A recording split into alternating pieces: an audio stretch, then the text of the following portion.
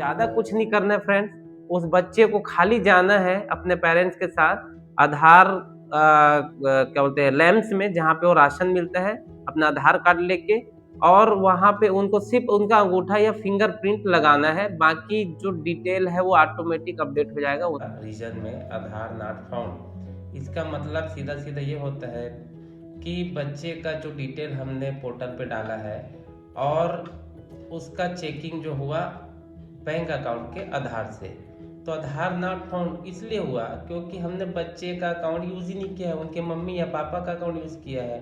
तो इनके अकाउंट में तो इनका मम्मी पापा का आधार होगा, तो कहाँ से बैंक वाले से मैंने बात की कि बच्चों के अकाउंट्स जो छात्रवृत्ति के लिए खुलवाने हैं उसके लिए हमको जो एचएम है स्कूल के उनको एक एप्लीकेशन देना पड़ेगा बैंक मैनेजर के नाम से कि हमारे बच्चे का छात्रवृत्ति उसको मिलनी है और उसके लिए आपको एक अकाउंट खोलना पड़ेगा जिसमें मिनिमम बैलेंस चार्ज जो है वो उनका ना कटे और उसके लिए सेफ रहे, भविष्य में जब वो यूज़ करना चाहे तो उसको यूज़ कर सके। तो एप्लीकेशन कैसे लिखना है फ्रेंड्स वो मैं आपको थोड़ी देर में दिखाऊंगा। अब हम देखते हैं बच्चे के अकाउंट खुलाने के लिए हम स्कूल के जो एचएम है वो कौन से एप्लीकेशन देंगे और कैसे टाइप के इसको लिखेंगे। तो आप शाखा प्रबंधक के नाम से जिस बैंक में आपको अकाउंट खुलवाना है उसके ब्रांच मैनेजर को, शाखा प्रबंधक को आप ये एप्लीकेशन देंगे और इसमें वही लिखेंगे कि प्रति शाखा प्रबंधक, फिर बैंक का नाम लिखे और उसके शाखा का नाम लिखे कि वो कौन सी जगह पे वो बैंक है। उसके बाद विषय में आप लिखेंगे छात्र के नाम से छात्रवृत्ति हेतु बैंक अकाउंट खोलने।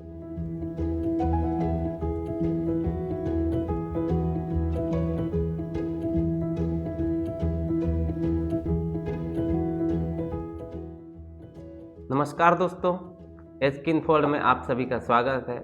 मैंने अभी 2 दिन पहले एक वीडियो बनाई थी छत्तीसगढ़ सरकार का स्कॉलरशिप जो बच्चों को मिलनी है उसके ऊपर। तो उसमें जो मेन चीज़ें जो पहली करनी हमको वो है खाद्य विभाग से केवाईसी की जांच करानी है। तो खाद्य विभाग से केवाईसी की जांच के लिए आधार कार्ड जो हमने डाला है और डिटेल डाला है हमारे स्कूल विभाग में, यूडाइस में और हमने स्कॉलरशिप के पोर्टल में जब हमने उनकी एंट्री करी थी वो जो डाटा है और खाद्य विभाग में जब राशन लेने के लिए वो जो अपडेट कराए हैं वहाँ वो जो डाटा है ये दोनों मैच होने चाहिए।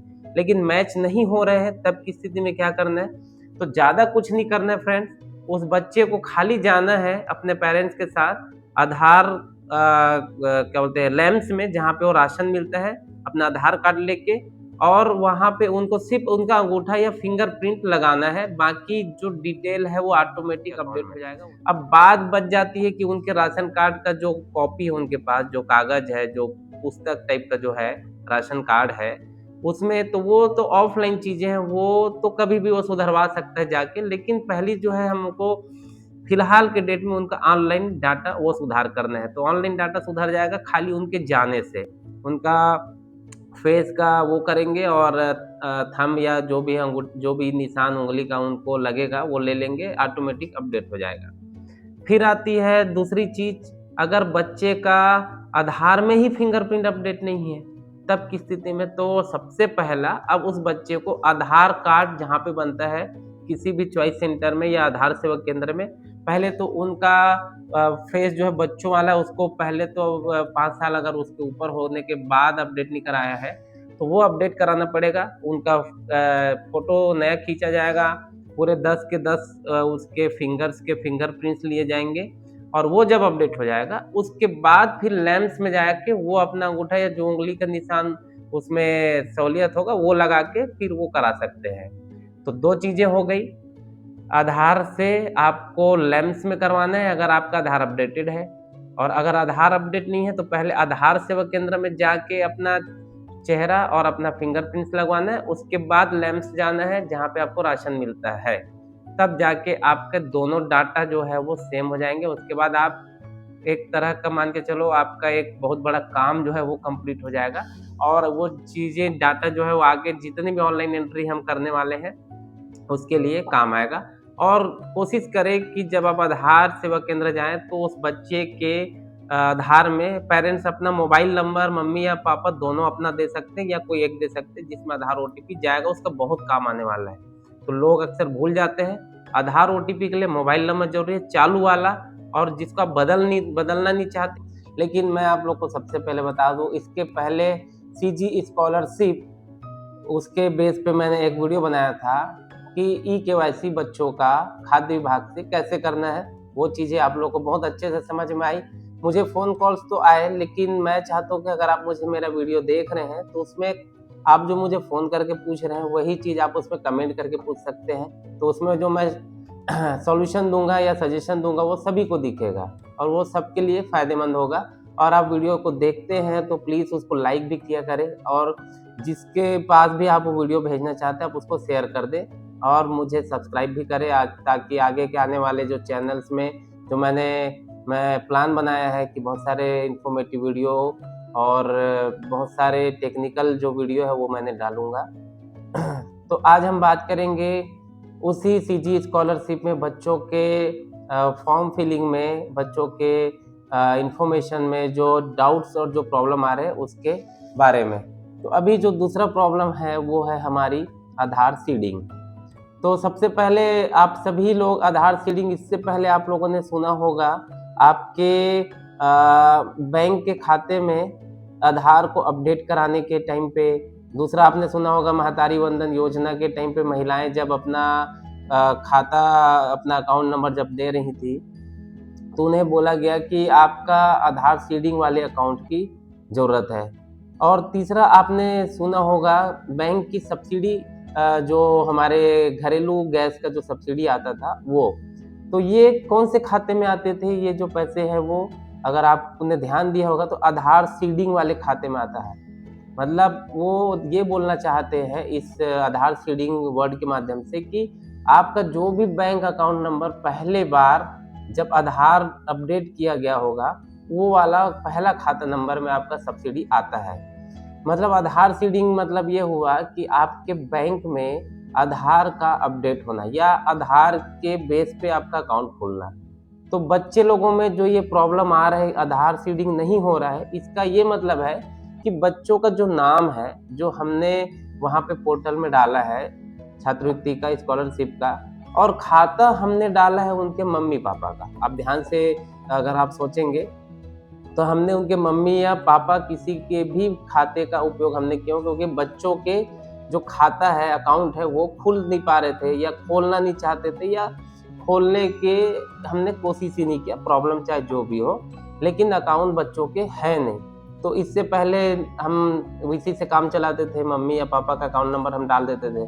लेकिन अब जो वो ऑप्शन आया है आधार सीडिंग का, तो जब आप आधार सीडिंग का बटन को आप दबाएंगे तो आधार सीडिंग प्रक्रिया होगी ही नहीं, क्योंकि उसमें तो नाम अलग है, बच्चे का नाम है, और अकाउंट है उसके पापा का या मम्मी का, तो ये तो मैच ही नहीं हुए। इस वाले में हमने बच्चे का आधार कार्ड को डाल के रखा है, वो उनके मम्मी या पापा के आधार कार्ड बैंक अकाउंट में उनके आधार कार्ड को डाला गया है, तो ये तो दोनों अलग अलग हो गए। तो ये आधार सीडिंग की प्रक्रिया हुई ही नहीं या होगी ही नहीं, क्योंकि आधार सीडिंग कंफर्म होने के लिए ये डिटेल बच्चों का आधार कार्ड जो हमने डाला और उनके खाता या अकाउंट जिसमें हमने अभी आगे डालेंगे उनके बच्चों का या उसी बच्चे का जिसके खाते में वो पैसे जाने हैं। मतलब इसका सीधा सीधा ये हुआ नियम कि अब हम बच्चों के खाते को खुलवाने पड़ेंगे अगर उनको छात्रवृत्ति हमको दिलवाना है। तो अगर बच्चे के पास अकाउंट नहीं है तो फिर वो अब आगे छात्रवृत्ति का फॉर्म भर ही नहीं सकते। और आपने ये चीज़ भी सुना होगा NPCI से आधार सीडिंग। अब ये NPCI के बारे में हम थोड़ा समझ लेते हैं। NPCI है क्या? ये है, NPCI का फुल फॉर्म आप बोलेंगे तो national payments corporation of India. मतलब ये एक विभाग है जो पूरे जो पेमेंट्स जो होते हैं ऑनलाइन उसके देख रेख यहाँ पे करते हैं। और ये इसके बारे में मैं बताऊं तो हिंदी में भारतीय राष्ट्रीय भुगतान नियम इसको बोलते हैं, सॉरी निगम। इंग्लिश में हो गया national payments corporation of India, Hindi में हो गया भारतीय राष्ट्रीय भुगतान निगम। तो ये एक समझ लो ऑर्गेनाइजेशन है जो पूरे इंडिया में जितने भी पेमेंट्स होते हैं उनकी देखरेख यहाँ पे करता है और भुगतान संबंधित प्रॉब्लम को ये सॉल्व करता है।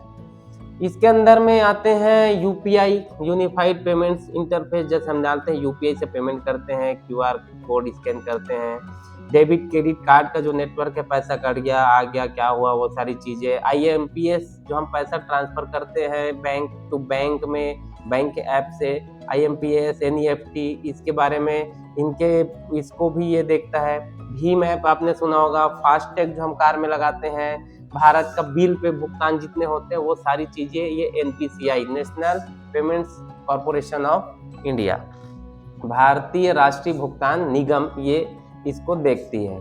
तो ये चाहती है कि हर पैसे का हिसाब ऑनलाइन हो, कौन से बच्चे के में कौन सा पैसा जाएगा। अब वो बच्चे के समझ लो एक बार खाता खुल गया तो वो बच्चे के हिसाब किताब अब उसके ज़िंदगी भर अगर वो खाता यूज़ करता है, क्योंकि आधार सीडिंग सबसे पहले यही होगी, तो ये खाता या ये अकाउंट्स जो है वो उसके ज़िंदगी भर काम आने वाले हैं। तो ये हमको बहुत ही इम्पॉर्टेंट है इस बात को समझना कि अब हमको बच्चों के जो अकाउंट्स है वो हमको खुलवाने होंगे। अब आता है बात बच्चों के खाता या अकाउंट बैंक से खुलवाने के टाइम पे। तो अभी के जो अकाउंट्स होते हैं वो मिनिमम बैलेंस चार्ज आपका काट देते हैं, आपने सुना होगा। अब उतने पैसे तो इनको मिलने हैं नहीं, तो फिर हमको एक प्रक्रिया अपनानी पड़ेगी।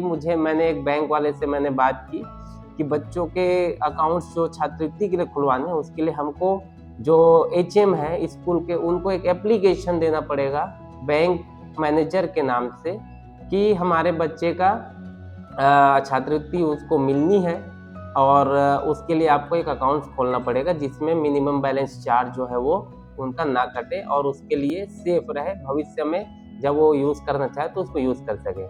तो एप्लीकेशन कैसे लिखना है फ्रेंड्स वो मैं आपको थोड़ी देर में दिखाऊंगा। फॉर्मेट मैंने बनाया है, आपको एज इट इज़ वैसा टाइप करना है या आप हाथ से भी लिख सकते हो, और उसके साथ बच्चे का आधार कार्ड लगा के आप अपना सील और साइन लगा के आप बैंक में जाके या पेरेंट्स को या बच्चे के हाथों आप भिजवा के उसका अकाउंट खुलवा सकते हैं।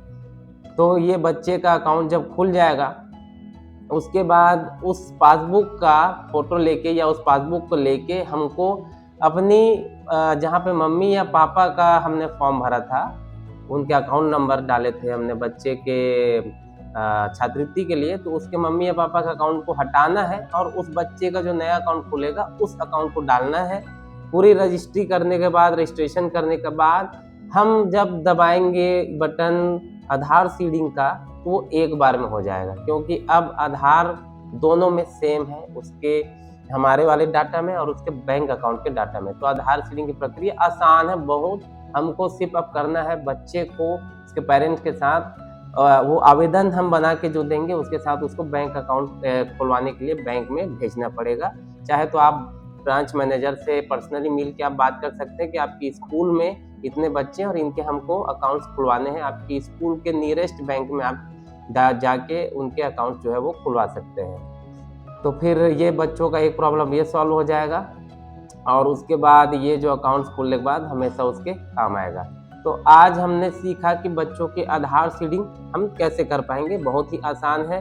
हम पहले फिर से मैं आपको रिमाइंड करा देता हूँ, हमको पहले करना पड़ेगा बच्चों के अकाउंट्स खुलाने पड़ेंगे और उसके बाद उस अकाउंट डिटेल को हमको छात्रवृत्ति वाले पोर्टल में अपलोड करना पड़ेगा। उसके मम्मी या पापा का हमको नाम हटाना पड़ेगा। अगर आप बच्चे के अकाउंट्स नहीं खुलवाएंगे तो उनको छात्रवृत्ति इस साल नहीं मिल पाएगी।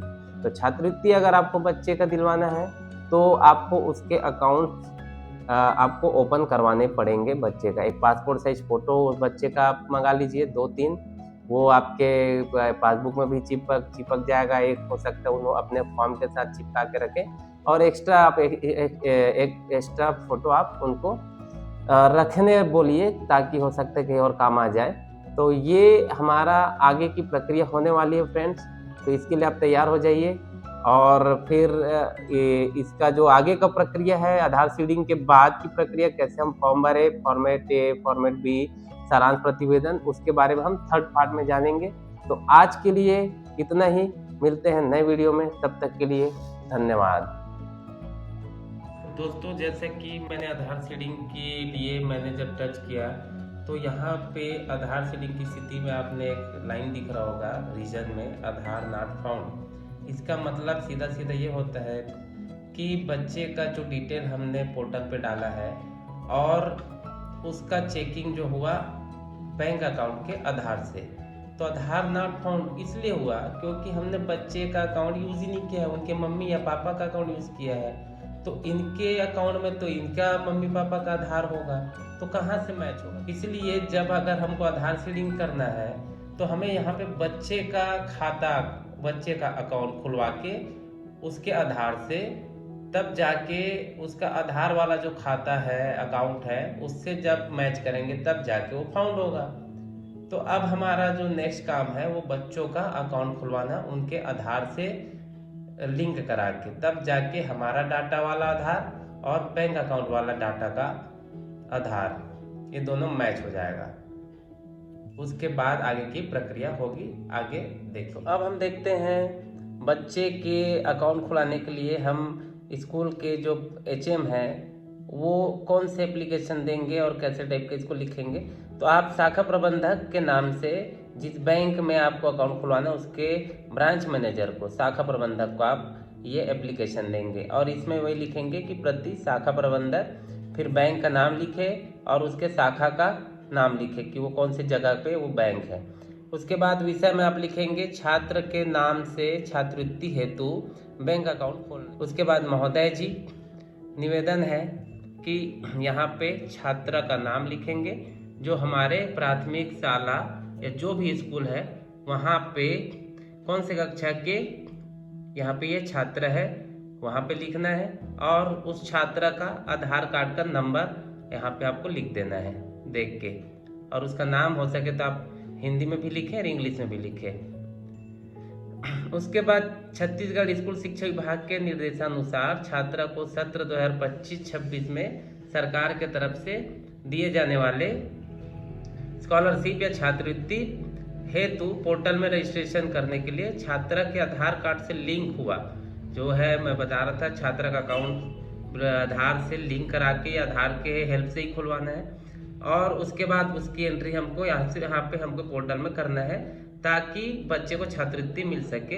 तो आपसे निवेदन है कि छात्रा की छात्रवृत्ति है तो 0 बैलेंस या बिना किसी मेंटेनेंस शुल्क वाला बैंक अकाउंट ओपन कराने के लिए हमको ये एप्लीकेशन लिखना है, और उनसे हमको रिक्वेस्ट करना है कि ऐसा अकाउंट खोले जिसमें कोई मिनिमम बैलेंस चार्ज ना कटे, क्योंकि इतना स्कॉलरशिप तो उनको मिलना नहीं है। और उसके बाद आपको यहाँ पे संलग्न में उस छात्रा का आधार कार्ड और 3 फोटो उसको मंगा लेना है। यहाँ पे प्रधान पाठक लिखें, अपने स्कूल का नाम लिखें और यहाँ पे अपना सील साइन कर दें। तो इस तरह से आपको ये एप्लीकेशन आपको लिखना है। तो ये आपका लेटर रहेगा, आप ध्यान से इसका स्क्रीनशॉट ले लें यहाँ पे जैसा कि स्क्रीन में दिख रहा है, और इसको ऐसे ही उतार के अपने नियरेस्ट जहाँ पे भी आपको छात्र का या छात्रा का अकाउंट खुलवाना है वहाँ पे ये एप्लीकेशन साथ में भेज दें।